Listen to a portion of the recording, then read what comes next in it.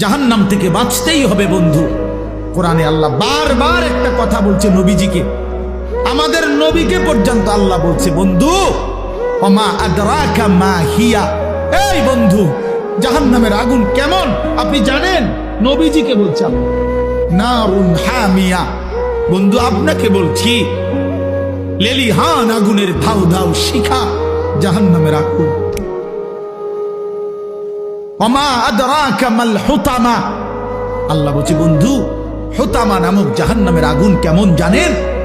তো নবীজিকে আল্লাহ বলছে নারুল্লাহিল মুকাদা, আল্লাহ বলছে নবী আমি আমার কর্মচারী দিয়ে আগুন লাগাই নাই, আমি আমার কাজের লোক দিয়ে আগুনটা লাগাই নাই, আমি আল্লাহর হাতে লাগানো জাহান্নামের আগুন, এই আগুন আমি লাগাই দিয়েছি। নারুল্লাহ আমার হাতে জ্বালানো আগুন, আল্লাতী তাত্তাদিউ আলাল আফইদা, আল্লাহ বলে